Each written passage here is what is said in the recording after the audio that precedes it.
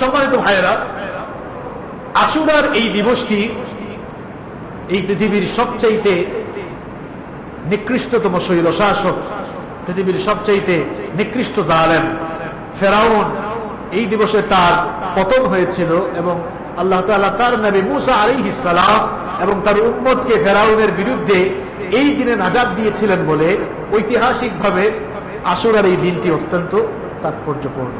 আশুরার এই দিনটি ঐতিহাসিকভাবে যেমন তাৎপর্যপূর্ণ, ঠিক তেমনি ভাবে আশুরার এই দিনটি আবার আমরা যারা মুসলমান আমাদের জন্য এটি অত্যন্ত ট্র্যাজেডির একটি দিন, এটি অত্যন্ত বেদনাদায়ক একটি দিন। কারণ রাসূল করিম সাল্লাল্লাহু আলাইহি ওয়াসাল্লামের ওফাতের 50 বছর পর 61 হিজরির 10ই মুহররম ইরাকের কারবালা নামক স্থানে তার এই উম্মতের নিকৃষ্ট এবং নিষ্ঠুর কিছু লোকদের হাতে রাসূল করিম সাল্লাল্লাহু আলাইহি ওয়াসাল্লামের প্রিয়তম দৌহিত্র হুসাইন বিন আলী রাদিয়াল্লাহু আনহু অত্যন্ত নির্মমভাবে শাহাদাত বরণ করেন। এই জন্য আশুরার দিনটি একদিকে যেমন বিজয়ের দিন, আবার ঠিক তেমনি ভাবে আশুরার এই দিনটি হচ্ছে অত্যন্ত বেদনাদায়ক একটি দিন। গত জুমায় আপনাদেরকে বলেছিলাম এই বিষয়টি যে বিজয়ের কোনো দিনে যদি কোনো দুর্ঘটনা ঘটে যায় তাই বলে বিজয় দিবসের কিংবা বিজয়ের দিনের মহত্ব কমে যায় না। একটা এক্সাম্পল দিয়েছিলাম, আমাদের বাংলাদেশে বিজয় দিবস কবে? যারা বললেন না তারা কি জানেন না? বর্তমান জেনারেশনের অবস্থা তো হলো এই, টেলিভিশন চ্যানেলের কল্যাণে আমরা দেখেছি বিজয় দিবস বলে 21শে ফেব্রুয়ারি আর ভাষা দিবস বলে 16ই ডিসেম্বর। উল্টা পাল্টা বলে, এরকম আছে না? উল্টা পাল্টা বলে। এখন তো জিপিএ 5ও ঠিক মতো বলতে পারে না, বলে আইএম জিপিএ 5। সব জায়গায় উল্টা পাল্টা আছে না? উল্টা পাল্টা করলে চলবে না। আমাদের দেশের বিজয় দিবস কবে? 16ই ডিসেম্বর। আচ্ছা, প্রত্যেক বছর 16ই ডিসেম্বর আসলে রাষ্ট্রীয়ভাবে আমরা বিজয় দিবস পালন করে থাকি। এখন বলেন তো, আল্লাহ তাআলা না করুন, আমরা দোয়া করি আমাদের এই দেশকে আল্লাহ সব সময় ভালো রাখুন, শান্তিতে রাখুন, বলেন আমিন। আল্লাহ না করুন 2020 সালের 16ই ডিসেম্বর, এটা উদাহরণ দেওয়ার জন্য আপনাদেরকে বলছি, আল্লাহ না করুন 2020 সালের 16ই ডিসেম্বর বিজয় দিবসের দিনে কোন একটি ট্র্যাজেডি ঘটনা, একটি দুর্ঘটনা ঘটে গেল, তাই বলে কি 2021 সালের 16ই ডিসেম্বর আসলে পরে আগামী বছর থেকে কি আর বিজয় দিবস পালন করা হবে না? অবশ্যই পালন করা হবে। দেখা যাবে ওই দিন বিজয় দিবস পালন করা হবে, পাশাপাশি ওই দিনে যে দুর্ঘটনা ঘটেছিল তার জন্য শোক পালন করা হবে। এখানেও এই ব্যাপারটি সেই আশুরার দিবসটি মূলত হচ্ছে বিজয়ের দিন, কিন্তু ঘটনাক্রমে আবার এই দিনে অত্যন্ত বেদনাদায়ক একটি ঘটনা ঘটে গিয়েছে। এই জন্য এই দিনটি আমরা যারা মুসলমান আমাদের জন্য এটি অত্যন্ত শোকের একটি দিন। সম্মানিত ভাইয়েরা, কারবালার এই ঘটনা মুসলিম উম্মার মধ্যে অনেক বিভ্রান্তি এবং বিভক্তি সৃষ্টি করেছে। কেন সৃষ্টি করেছে? কারণ কারবালার ঘটনা আমরা নির্ভরযোগ্য জায়গা থেকে জানতে পারি নাই। আমরা মীর মোশাররফ হোসেনের বিষাদ সিন্ধু থেকে কারবালার ঘটনা জেনেছি। এই জন্যই কারবালার অনেক কাহিনী আমরা মিথ্যা, বানোয়াট এবং জাল জেনেছি, যার কারণে এই কারবালার কাহিনী নিয়ে আমাদের মুসলিম সমাজে অনেক বিভক্তি দেখা যায়। মুসলিম সমাজে কারবালার এই ঘটনা নিয়ে অনেক বিভ্রান্তি দেখা যায়।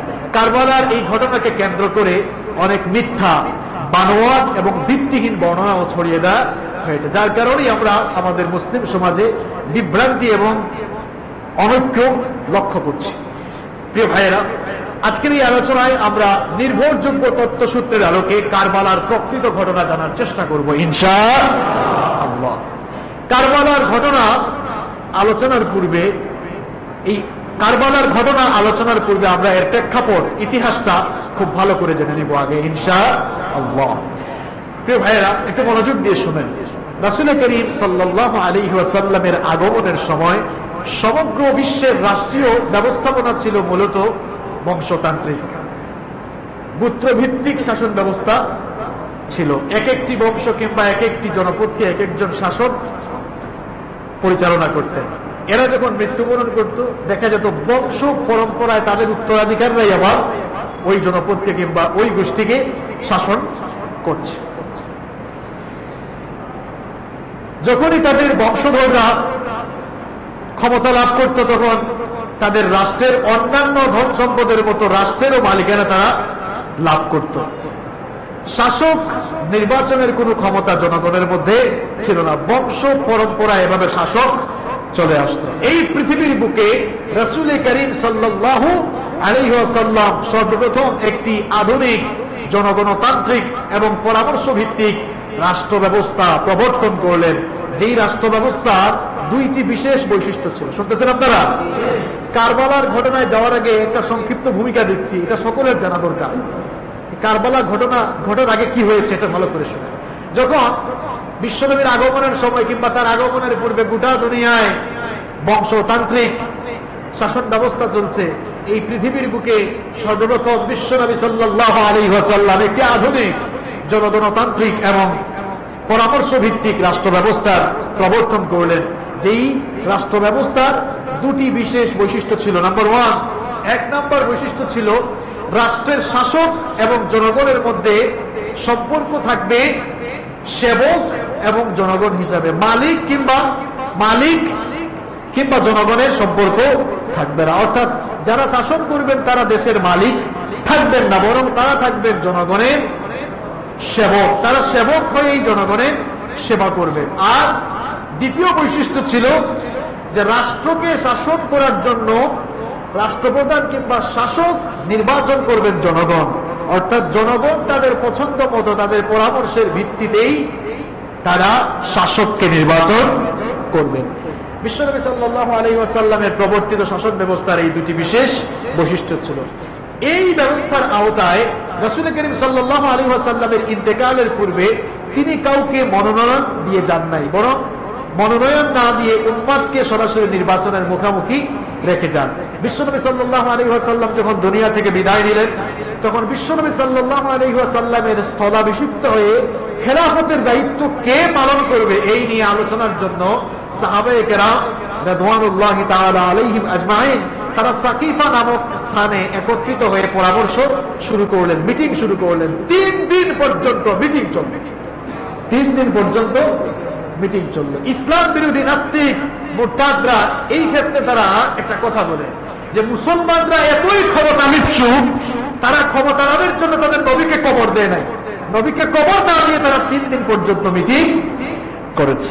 ওই সকল ইসলাম বিরোধী নাস্তিক আর নাস্তিকদেরকে আমরা বলতে চাই যে মূলত ইসলামী রাষ্ট্র কিংবা ইসলামী শাসন ব্যবস্থা একদিনও শাসক ছাড়া চলতে পারে না।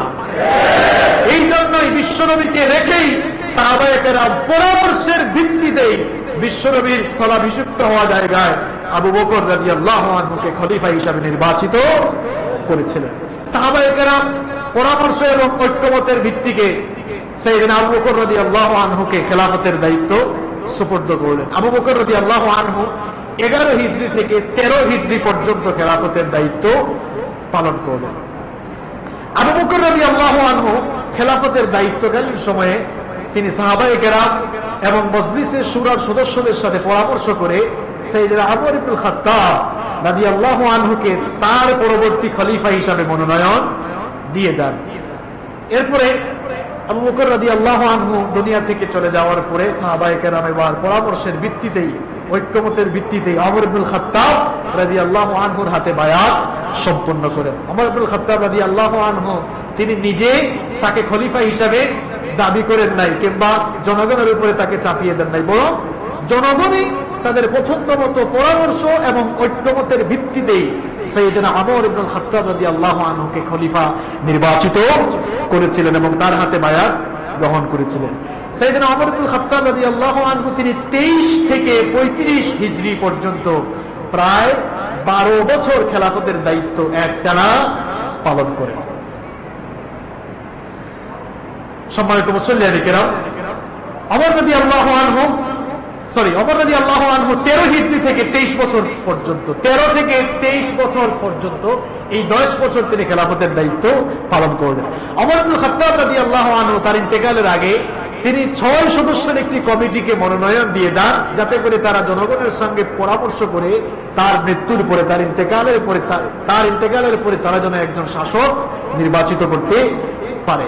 অবশেষে ওমর ইবনে খাত্তাব রাদিয়াল্লাহু আনহু এর শাহাদাতের পরে পরামর্শের ভিত্তিতেই উসমান বিন আফফান রাদিয়াল্লাহু আনহুকে খেলাফতের দায়িত্ব দেওয়া হলো। সাইয়েদনা উসমান বিন আফফান রাদিয়াল্লাহু আনহু 23 হিজরি থেকে 35 হিজরি পর্যন্ত প্রায় 12 বছর তিনি খেলাফতের দায়িত্ব পালন করলেন। সাইয়েদনা উসমান রাদিয়াল্লাহু আনহু এর শাহাদাতের পরে মদিনার নেতৃস্থানীয় ব্যক্তি বলবো এবং সাহাবায়ে কেরাম রিদওয়ানুল্লাহি তাআলা আলাইহিম আজমাইন পরামর্শের ভিত্তিতে শেরেখুদা আলী কাররামাল্লাহু ওয়াজহাহুকে খলিফা হিসেবে মনোনীত করলেন। শেরেখুদা আলী রাদিয়াল্লাহু আনহু তিনি 35 থেকে 40 হিজরি পর্যন্ত খেলাফতের দায়িত্ব পালন করলেন। আলী রাদিয়াল্লাহু আনহু ইন্তেকালের পূর্বে তিনি তার প্রিয় ছেলে হাসান বিন আলী রাদিয়াল্লাহু আনহুকে পরবর্তী খলিফা হিসেবে মনোনয়ন দিয়ে যান। যখন আলী রাদিয়াল্লাহু আনহু ইন্তেকাল করলেন, তখন হাসান রাদিয়াল্লাহু আনহু খেলাফতের দায়িত্ব গ্রহণ করলেন। হাসান রাদিয়াল্লাহু আনহু যখন খেলাফতের দায়িত্ব গ্রহণ করলেন, মুয়াবিয়া রাদিয়াল্লাহু আনহু তিনি সেটা মেনে নিলেন না। অবশেষে অবস্থা এমন হয়ে গেল যে হাসান রাদিয়াল্লাহু আনহু এবং মুয়াবিয়া রাদিয়াল্লাহু আনহুর মধ্যে সংঘাত এমন পর্যায়ে পৌঁছে গেল যে গৃহযুদ্ধ শুরু হয়ে যাওয়ার মতো অবস্থা হয়ে গেল। অবশেষে দুই পক্ষই যখন যুদ্ধে অবতীর্ণ হওয়ার অবস্থায় উপনীত হয়ে গেলেন, হাসান বিন আলী রাদিয়াল্লাহু আনহু লক্ষ্য করলেন যদি যুদ্ধের পর্যায়ে আমরা চলে যাই তাহলে মুসলমানদেরই রক্ত ঝরবে। এই জন্য তিনি যুদ্ধের পরিবর্তে তিনি খেলাফতের দায়িত্ব ছেড়ে দিলেন। খেলাফতের দায়িত্ব ছেড়ে দিয়ে মুয়াবিয়া রাদিয়াল্লাহু আনহুর কাছে খেলাফতের দায়িত্ব তিনি হস্তান্তর করলেন। এভাবে 6 মাস দায়িত্ব পালন করার পরে তিনি মুয়াবিয়া রাদিয়াল্লাহু আনহুর কাছে খেলাফতের দায়িত্ব দিয়ে দিলেন। আর এটি যেন রাসূল করিম সাল্লাল্লাহু আলাইহি ওয়াসাল্লামের সেই ভবিষ্যৎবাণীর প্রতিফলন। রাসূল করিম সাল্লাল্লাহু আলাইহি ওয়াসাল্লাম একদিন মিম্বরে দাঁড়িয়ে, মসজিদে নববীর মিম্বরে দাঁড়িয়ে খুতবা দিচ্ছেন। হাসান বিন আলী রাদিয়াল্লাহু আনহু মিম্বরের সামনে দৌড়াদৌড়ি করছেন। অনেক সময় দেখেন না মসজিদে বাচ্চারা দৌড়াদৌড়ি করে না? বিশ্বনবী সাল্লাল্লাহু আলাইহি ওয়াসাল্লাম মসজিদে নববীর মিম্বরে দাঁড়িয়ে খুতবা দিচ্ছেন। হাসান বিন আলী রাদিয়াল্লাহু আনহু দৌড়াদৌড়ি করছেন। বিশ্বনবী সাল্লাল্লাহু আলাইহি ওয়াসাল্লাম হাসান রাদিয়াল্লাহু আনহুকে লক্ষ্য করে বললেন, আমার সাহাবীরা শোনো, ইন্না ইবনাই হাদা সাইয়্যিদ, আমার এই নাতি, আমার বংশেরই সন্তান, সে একদিন বড় নেতা হবে। সুবহানাল্লাহ। ولعل الله أن يصلح به بين فئتين عظيمتين من المسلمين, আর আল্লাহ তাআলা তার মাধ্যমে মুসলমানদের বৃহৎ দুটি দলের মধ্যে মীমাংসা করে দিবেন। সুবহানাল্লাহ। তাহলে যেই ভবিষ্যৎবাণী বিশ্বনবী সাল্লাল্লাহু আলাইহি ওয়াসাল্লাম জীবিত থাকা অবস্থায় করে গিয়েছিলেন, সেই ভবিষ্যৎবাণীর প্রতিফলন এই জায়গায় ঘটলো।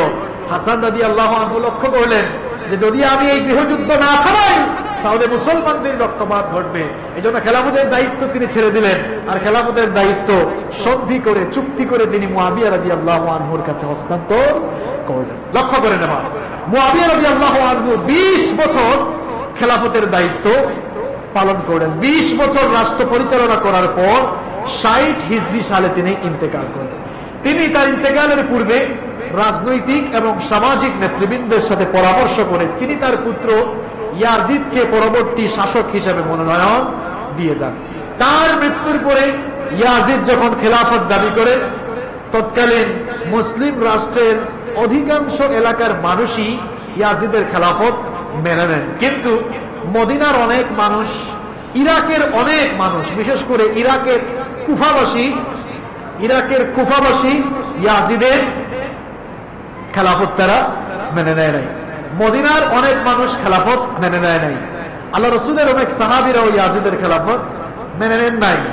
তাদের মধ্যে একজন ছিলেন আল্লাহ রাসূল সাল্লাল্লাহু আলাইহি ওয়াসাল্লামের প্রিয়তম দৌহিত্র হুসাইন বিন আলী রাদিয়াল্লাহু আনহু। এই খবর কুফাবাসীরা পেল, কুফার লোকেরা জানতে পারল যে রাসূল সাল্লাল্লাহু আলাইহি ওয়াসাল্লামের প্রিয়তম দৌহিত্র হুসাইন বিন আলী রাদিয়াল্লাহু আনহু তিনি ইয়াজিদের হাতে বায়াত করেন নাই। এই কথা শোনার পর তারা হুসাইন বিন আলী রাদিয়াল্লাহু আনহুর কাছে একটার পর একটা চিঠি লিখতে থাকলো। চিঠিতে তারা লিখলো যে আমরা আপনার হাতে বায়াত গ্রহণ করতে আগ্রহী, আপনি কুফায় চলে আসেন। কুফায় আসার জন্য তারা তাকে আমন্ত্রণ জানালো। একটা আর দুইটা চিঠি নয়, তারা এক এক করে হুসাইন বিন আলী রাদিয়াল্লাহু আনহুর কাছে তারা 5 শতাধিক চিঠি পাঠিয়েছিল। একের পর এক চিঠি যখন হুসাইন রাদিয়াল্লাহু আনহু পাচ্ছেন, তিনি প্রকৃত অবস্থা পর্যবেক্ষণের জন্য, যাচাই বাছাইয়ের জন্য তিনি চাচাতো ভাই মুসলিম বিন আকিলকে কুফায় পাঠালেন। মুসলিম কুফায় পৌঁছালেন। কুফায় গিয়ে তিনি লক্ষ্য করে দেখলেন যে সত্যি সত্যি এখানকার লোকেরা হুসাইন রাদিয়াল্লাহু আনহুর কাছে বায়াত গ্রহণ করতে চাচ্ছে। এই জন্য তিনিও চিঠি লিখলেন হুসাইন রাদিয়াল্লাহু আনহুর কাছে যে আপনি আর কাল বিলম্ব না করে আপনি অতি সত্বর কুফায় চলে আসুন। অন্যদিকে মুসলিম বসে থাকলেন না, তিনি হুসাইন রাদিয়াল্লাহু আনহুর সপক্ষে বায়াত গ্রহণও শুরু করে দিলেন। হানি বিন উরওয়ার ঘরে বায়াত সম্পন্ন হওয়া আবার শুরু হলো। এই খবর আবার চলে গেল সিরিয়ায় থাকা ইয়াজিদের কাছে। ইয়াজিদ যখন এই খবর শুনলেন, ইয়াজিদ এই খবর শোনা মাত্রই তিনি কুফার গভর্নর নুমান বিন বশিরকে পদচ্যুত করে বসরার গভর্নর উবাইদুল্লাহ বিন জিয়াদকে কুফার দায়িত্ব দিলেন এবং তাকে বললেন, তুমি অতি সত্বর কুফায় চলে যাও। যারা আমার বিরুদ্ধে বিদ্রোহ করবে, কুফার যেই মানুষরা আমার বিরুদ্ধে বিদ্রোহ করবে তাদেরকে থামাও। আর হুসাইন যদি কুফায় আসতে চায়, সেজন্য কুফায় না আসে তাকে বাধা দিবা, অর্থাৎ কুফায় যেন সে না আসতে পারে সেখান থেকে তাকে বের করে দিবা। একটা বিষয় লক্ষ্য করে, ইয়াজিদ কিন্তু উবাইদুল্লাহকে, হুসাইন রাদিয়াল্লাহু আনহুকে হত্যা করার আদেশ দেয় নাই, বরং বলেছে যে হুসাইন যেন মক্কায়, হুসাইন যেন কুফায় আসতে না পারে তোমরা তাকে বাধা দিবা। এবার উবাইদুল্লাহ কুফায় গিয়ে পৌঁছালেন। উবাইদুল্লাহ বিন জিয়াদ কুফায় পৌঁছে অবস্থা তিনি যাচাই বাছাই করতে লাগলেন। গুপ্তচর বৃত্তির মাধ্যমে তিনি জানতে পারলেন যে হ্যাঁ, ঘটনা তো সত্যি, হুসাইনের পক্ষে মুসলিম বায়াত শুরু করে দিয়েছেন। ওইদিকে আবার মুসলিম বিন আকিল তিনিও বসে নেই, তিনি 4000 সমর্থক নিয়ে উবাইদুল্লাহ বিন জিয়াদ যেই প্রাসাদে ছিলেন সেই প্রাসাদ তিনি ঘেরাও করে ফেললেন। সেই প্রাসাদ ঘেরাও করার পরে উবাইদুল্লাহ বিন জিয়াদ এই অবস্থা লক্ষ্য করে তিনি এবার প্রাসাদের সামনে দাঁড়িয়ে বক্তব্য দিলেন। তিনি তার বক্তব্যে কুফার মানুষকে ইয়াজিদের সৈন্যবাহিনীর ভয় দেখালেন এবং মুসলিমের এবং তারা যে বায়াত গ্রহণ করেছেন, বায়াত থেকে ফিরে আসার জন্য তিনি তাদেরকে বিভিন্ন ধরনের লোভ লালসাও দেখাতে লাগলেন। দেখা গেল উবাইদুল্লাহ বিন জিয়াদ যখন এদের সামনে বক্তব্য দিলেন, বক্তব্য দেওয়ার পর আস্তে আস্তে করে এই ভীতু মানুষগুলো মুসলিমকে রেখে তারা পালাতে লাগলো। দেখা গেল মাগরিবের আগে 4000 সমর্থকদের মধ্য থেকে মুসলিম বিন আকিলের সাথে মাত্র 3 জন লোক অবশিষ্ট। দেখেন এই কুফার লোকেরা আসলে কুফা। এই জন্য আরবিতে একটা প্রবাদ আছে, আল কুফি লা ইউফি। আরবিতে একটা প্রবাদ আছে, আল কুফি লা ইউফি, অর্থাৎ কুফার মানুষ আসলে কুফা, এরা কথা দিয়ে কখনো কথা রাখে না। 4000 মানুষ দ্বীপ্রহরের সময়, দুপুর বেলায় 4000 ছিল, সন্ধ্যার আগে কয়জন? সূর্যাস্তের পরে দেখা গেল যে এই 3 জন ছিল, এই 3 জন নাই, সব চলে গিয়েছে। এবার উবাইদুল্লাহ বিন জিয়াদ মুসলিম বিন আকিলকে গ্রেফতার করার অর্ডার দিলেন। এবার উবাইদুল্লাহ বিন জিয়াদকে গ্রেফতার, এবার উবাইদুল্লাহ বিন জিয়াদ মুসলিম বিন আকিলকে গ্রেফতার করলেন। গ্রেফতার করার পরে মুসলিম বিন আকিলকে এবার মৃত্যুদণ্ড দেওয়া হলো। মৃত্যুদণ্ডের আগে উবাইদুল্লাহ বিন জিয়াদের কাছে মুসলিম বিন আকিল একটি আবেদন করলেন যে আমার মৃত্যুর আগে আমাকে একটা সুযোগ দাও, আমি হুসাইন রাদিয়াল্লাহু আনহুর কাছে একটা চিঠি লিখতে চাই। তিনি চিঠিতে লিখলেন যে হুসাইন, পরিবার পরিজন নিয়ে ফেরত যাও, কারণ এর আগে তো তিনি একটি চিঠি দিয়েছিলেন যে তাড়াতাড়ি কুফায় চলে আসেন, কিন্তু এবার তিনি চিঠি লিখছেন যে তাড়াতাড়ি পরিবার পরিজন নিয়ে মদিনার দিকে ফিরে যাও, কারণ কুফার মানুষরা আসলে কুফা, আল কুফি লা ইউফি, এরা কথা দিয়ে কথা রাখে না, এদের ধোঁকায় পড়ো না, কেননা এরা আমাদের সাথে মিথ্যা বলেছে, তারা সত্য বলেনি, তাদের দেয়া এই তথ্য সত্য নয়। অতঃপর যুলহাজ মাসের 9 তারিখে মুসলিম বিন আকিলকে মৃত্যুদণ্ড দেওয়া হয়। এর আগে মুসলিম বিন আকিল যে চিঠিটি পাঠিয়েছিলেন কুফায় আসার পরেই, ওই চিঠি পেয়ে যুলহাজ মাসের 8 তারিখে ইমাম হুসাইন বিন আলী রাদিয়াল্লাহু আনহু সপরিবারে তিনি কুফার উদ্দেশ্যে যাত্রা শুরু করেছেন। তিনি যখন কুফার উদ্দেশ্যে মদিনা ত্যাগ করেছিলেন, তখন অনেক প্রবীণ প্রবীণ সাহাবীরা তাকে নিষেধ দিয়েছিলেন ভালো করে শুনেন, তিনি যখন মদিনা ছেড়ে চলে যাচ্ছিলেন, মদিনা ছেড়ে তিনি যখন কুফার উদ্দেশ্যে রওনা করেছিলেন, অনেক সাহাবীরা তাকে নিষেধ দিয়েছিলেন। তাদের মধ্যে উল্লেখযোগ্য হচ্ছেন আব্দুল্লাহ ইবনে আব্বাস রাদিয়াল্লাহু আনহু, আব্দুল্লাহ ইবনে ওমর রাদিয়াল্লাহু আনহু, আব্দুল্লাহ ইবনে জুবাইর রাদিয়াল্লাহু আনহু, আব্দুল্লাহ ইবনে আমর রাদিয়াল্লাহু আনহু এবং তার ভাই মুহাম্মদ ইবনুল হালাফিয়া প্রমুখ সাহাবীরা এদের মধ্যে উল্লেখযোগ্য ছিলেন। আব্দুল্লাহ ইবনে ওমর রাদিয়াল্লাহু আনহু হুসাইন রাদিয়াল্লাহু আনহুকে লক্ষ্য করে বলেছিলেন যে, হে হুসাইন, আমি আপনাকে ছোট্ট একটি হাদিস শোনাবো। আপনার প্রিয় নানাজান বিশ্ব নবী বলেন সাল্লাল্লাহু আলাইহি ওয়াসাল্লামের কাছে সাইয়েদনা জিবরিল এসে দুনিয়া এবং আখিরাতের মধ্য থেকে দুটি বিষয়ের মধ্য থেকে একটি বিষয় যাচাই একটিকে বাছাই করার জন্য বলেছিলেন। বিশ্ব নবী সাল্লাল্লাহু আলাইহি ওয়াসাল্লাম দুনিয়া বাদ দিয়ে আখিরাতকেই তিনি বাছাই করে নিয়েছিলেন। তুমি তো তারই বংশধর, সুতরাং দুনিয়ার চেয়ে আখিরাতকে প্রাধান্য দেওয়াই তোমার জন্য কল্যাণকর হবে। সুতরাং কুফাবাসীদের কথা শুনে তুমি কুফায় যেও না, নিষেধ দিলেন তিনি। এরপরেও তিনি যখন তার কথা না শুনে হুসাইন রাদিয়াল্লাহু আনহু আব্দুল্লাহ ইবনে ওমর রাদিয়াল্লাহু আনহুর কথা না শুনে চলে যাচ্ছিলেন, তখন আব্দুল্লাহ ইবনে ওমর রাদিয়াল্লাহু আনহু ক্রন্দনরত অবস্থায় ছিলেন। আবার সুফিয়ান সাউরি আব্দুল্লাহ ইবনে আব্বাস রাদিয়াল্লাহু আনহু থেকে সহিহ সূত্রে বর্ণনা করছেন যে ইবনে আব্বাস রাদিয়াল্লাহু আনহু বলেছেন যে মানুষ আমাকে খারাপ বলবে, মানুষ আমাকে দোষারোপ করবে, এই ভয় যদি আমার মধ্যে না থাকতো তাহলে অবশ্যই আমি হুসাইন রাদিয়াল্লাহু আনহুকে ঘাড় ধরে আমি আটকে রাখতাম, তাকে আমি কুফায় যেতে দিতাম না। কারণ আল কুফি লা ইউফি, কুফার মানুষ আসলে ভালো না, কুফার মানুষ আসলেই কুফা। আবার আব্দুল্লাহ ইবনে জুবাইর রাদিয়াল্লাহু আনহু হুসাইন রাদিয়াল্লাহু আনহুকে বলেছিলেন যে, হুসাইন ইলা আইনা তাযহাব, কোথায় যাচ্ছেন আপনি? এই মানুষগুলো তো তারা যারা আপনার পিতাকে হত্যা করেছিল, যারা আপনার পিতার সাথে ধোঁকাবাজি আসলে করেছিল এবং আপনার ভাইকেও আঘাত দিয়েছিল। কোথায় যাচ্ছেন? এদিকে যাওয়া আপনার জন্য উচিত হবে না। এভাবে অনেক সাহাবীরা বারণ করেছিলেন, কিন্তু এরপরও হুসাইন রাদিয়াল্লাহু আনহু সপরিবারে তিনি কুফার উদ্দেশ্যে যাত্রা শুরু করলেন। যাত্রা পথে মুসলিমের লেখা 2 নম্বর চিঠি তার কাছে এসে পৌঁছালো। কোন চিঠিটা? মৃত্যুর আগে যেটা তিনি লিখেছিলেন যে পরিবার পরিজন নিয়ে কোথায় ফিরে যাও, মদিনায় ফিরে যাও।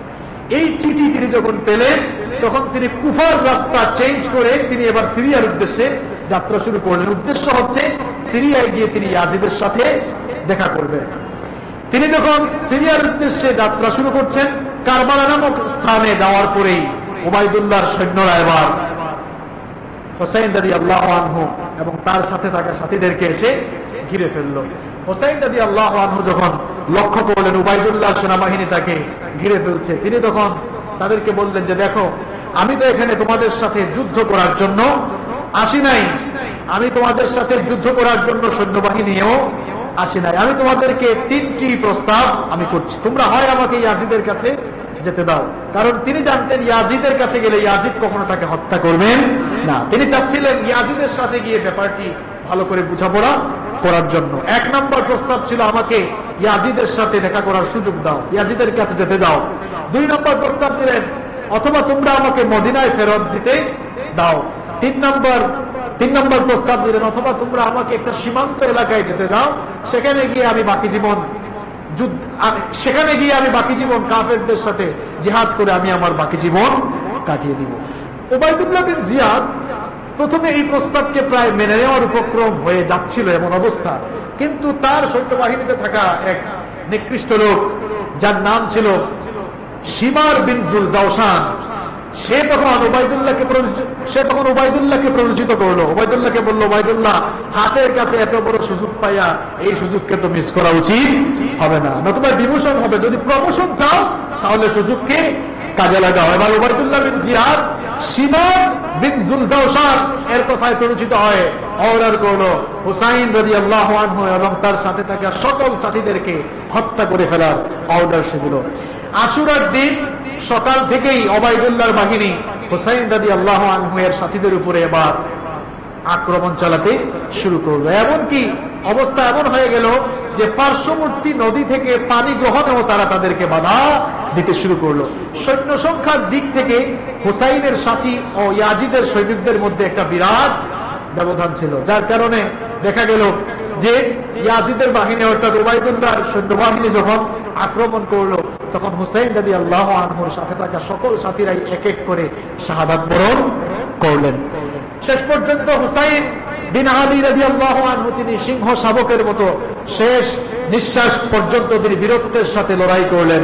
লড়াই করতে করতে তিনিও এক সময় শাহাদাতের অমীয় সুধা পৃষ্ঠ লোকটাই শিমার বিন যুলজাওশান, সে একটা বর্ষা দিয়ে হুসাইন রাদিয়াল্লাহু আনহুকে আঘাত করলো। তারপরে তারা তাকে ঘিরে ফেললো এবং অত্যন্ত নির্মম ভাবে তারা হুসাইন রাদিয়াল্লাহু আনহুকে কারবালার প্রান্তরে শহীদ করে ফেললো। কোন কোন বর্ণনায় পাওয়া যায় এই নিকৃষ্ট এবং নিষ্ঠুর লোকটাই শিমার বিন যুলজাওশান হুসাইন রাদিয়াল্লাহু আনহুকে হত্যা করার পর তার দেহ মুবারক থেকে মাথাকে বিচ্ছিন্ন করে ফেললো, মাথাটা কেটে ফেললো।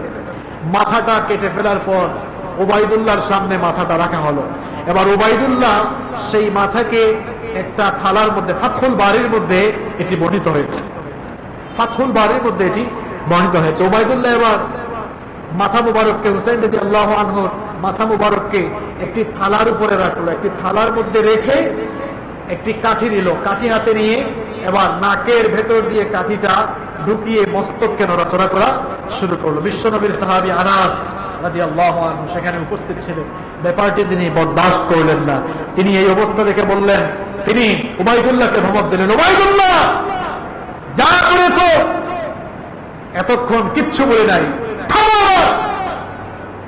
তুমি কাঠের যে টুকরাটি দিয়ে যার মাথায় তুমি আঘাত করছো, আমি আনাস দেখেছি বিশ্বনবী সাল্লাল্লাহু আলাইহি ওয়াসাল্লাম ওই জায়গাগুলোতে তাকে চুমু দিয়েছেন। আল্লাহু আকবার, কি করছো তুমি? এইভাবে করে হুসাইন রাদিয়াল্লাহু আনহুকে কারবালার প্রান্তরে নির্মম ভাবে শহীদ করে দেওয়া হলো। সম্মানিত ভাইয়েরা, এই হচ্ছে মোটামুটি কারবালার প্রকৃত ঘটনা। কারবালার এই ঘটনাকে কেন্দ্র করে এবার মুসলমানদের সমাজে অনেক বিভ্রান্তি আর বিভক্তি পয়দা হয়েছে। এক শ্রেণীর লোকেরা তারা এই কারবালার ঘটনার পরে মুআবিয়া রাদিয়াল্লাহু আনহুকে দোষারোপ করে তারা বলেন যে মুআবিয়া রাদিয়াল্লাহু আনহু তিনি তার ছেলেকে মনোনয়ন দেওয়ার মাধ্যমে তিনি মূলত রাজতন্ত্র কিংবা বংশতান্ত্রিক শাসন ব্যবস্থার প্রবর্তন করেছেন। আমি আলোচনার শুরুতে একটা ভূমিকা দিয়েছিলাম, মনে আছে আপনাদের? ভূমিকাটা দিয়েছিলাম এইরকম যে ইসলামী রাষ্ট্র ব্যবস্থায় কোন শাসক চাইলে জনগণের সাথে পরামর্শ করে পরবর্তী শাসককে মনোনয়ন দিয়ে যেতে পারে, অথবা তিনি চাইলে মনোনয়ন না দিয়ে সরাসরি মানুষকে নির্বাচনের সম্মুখীন চাইলে তিনি করে যেতে পারেন। সুতরাং মুআবিয়া রাদিয়াল্লাহু আনহু ইসলামী শাসন ব্যবস্থার বিপরীত কিছু করেন নাই। তিনি সামাজিক এবং রাজনৈতিক ব্যক্তিবর্গের সঙ্গে পরামর্শ করেই ইয়াজিদকে মনোনয়ন দিয়ে গিয়েছিলেন। এবং আমরা যদি নির্ভরযোগ্য ইতিহাসের যত গ্রন্থ আছে সেগুলো তালাশ করি, তাহলে আমরা দেখব যে সেই সময়ের ম্যাক্সিমাম মানুষই ইয়াজিদের বায়াত কবুল করেছিলেন। বিশেষ করে মদিনা এবং ইরাকের অনেক মানুষ সেটা মেনে নেন নাই। আবার অনেকে এই ঘটনাকে কেন্দ্র করে সাহাবায়ে কেরাম রাদিয়াল্লাহু তাআলা আলাইহিম আজমাইনকে গালিগালাজ করে। বিশেষ করে শিয়ারা কারবালার এই ঘটনাকে কেন্দ্র করে শিয়া সম্প্রদায় তারা সাহাবীদেরকে সমান তালে গালাগালি করে, অথচ সাহাবীদেরকে তুচ্ছতাচ্ছিল্য করলে ঈমান থাকবে? কথা বলেন, ঈমান থাকবে? গোটা দুনিয়ার সকল মানুষের আমলকে যদি একত্রিত করা হয়, একজন সাহাবীর জুতার তলার ধুলারও সমান হবে না। আল্লাহু আকবার। ইয়াজিদের কুকর্মের কারণে তো মুআবিয়া রাদিয়াল্লাহু আনহু দায়ী হতে পারে না, ইয়াজিদের কুকর্মের জন্য ইয়াজিদি দায়ী। আবার অনেকে হুসাইন বিন আলী রাদিয়াল্লাহু আনহুকে ক্ষমতালোভী বলেছেন, নাউযু বিল্লাহি। মুসলমানদের মধ্যেই একটি গ্রুপ আছে, তারা বলে, একটি সম্প্রদায় আছে, একটি ফিরকা আছে, তারা বলে যে হুসাইন রাদিয়াল্লাহু আনহু ক্ষমতার লোভ সামলাতে পারেন নাই। তিনি ইয়াজিদ যখন শাসক হয়ে গেলেন তখন তার এটা খারাপ লাগলো, ক্ষমতার লোভ সামলাতে না পেরে তিনি এবার কুফার উদ্দেশ্যে যাত্রা শুরু করেছিলেন, যে কুফার সবাইকে একত্রিত করে তিনি শাসন ক্ষমতা হাসিল করবেন। মূলত উদ্দেশ্য এটা ছিল না। বরং ইতিহাসের গ্রন্থগুলো আমরা যদি তালাশ করি, নির্ভরযোগ্য ইতিহাসের গ্রন্থগুলো তালাশ করলে দেখা যাবে যে ইমাম হুসাইন রাদিয়াল্লাহু আনহু ইয়াজিদের খেলাফত মেনে না নেওয়ার কারণ ছিল ভিন্ন। কারণটি ছিল এই, কোন কোন রেওয়ায়েতে পাওয়া যায় যে ইয়াজিদের চারিত্রিক কিছু সমস্যা ছিল। তিনি মদ পান করতেন, তিনি ফাহেসা কাজ করতেন, ফিস্ক ফুজ্জারের সাথে তিনি জড়িত ছিলেন। এই জন্য ইমাম হুসাইন রাদিয়াল্লাহু আনহু তাকে তিনি শাসক হিসাবে মেনে নিতে পারেন নাই। আবার অনেক সাহাবীরাও এই কারণে তাকে মেনে নিতে পারেন নাই। এটি ছিল মূলত মূল কারণ। আবার হুসাইন রাদিয়াল্লাহু আনহু ইয়াজিদের হাতে বায়াত না করার আরেকটি কারণ রয়েছে। কারণটি হচ্ছে এই, হুসাইন রাদিয়াল্লাহু আনহু ছিলেন ইয়াজিদের চেয়ে 21 বছরের বড়। কত বছরের বড়? 21 বছরের বড়। সেই সময়ে আবার অনেক প্রবীণ সাহাবীরা জীবিত ছিলেন। হুসাইন রাদিয়াল্লাহু আনহু চিন্তা করলেন, এত প্রবীণ সাহাবীরা বেঁচে থাকতে ইয়াজিদের হাতে বায়াত গ্রহণ করাটা মোটেই সমীচীন হবে না, বরং এটা এক ধরনের বেয়াদবি। তিনি তার ব্যক্তিগত কারণে ইয়াজিদের হাতে বায়াত গ্রহণ করেন নাই। প্রিয় ভাইয়েরা, এই জন্য কারবালার এই ঘটনাকে কেন্দ্র করে বেশি বাড়াবাড়ি করা যাবে না। আবার ছাড়াছাড়ি করতে করতে ইয়াজিদের পক্ষেও সাফাই গাওয়া যাবে না।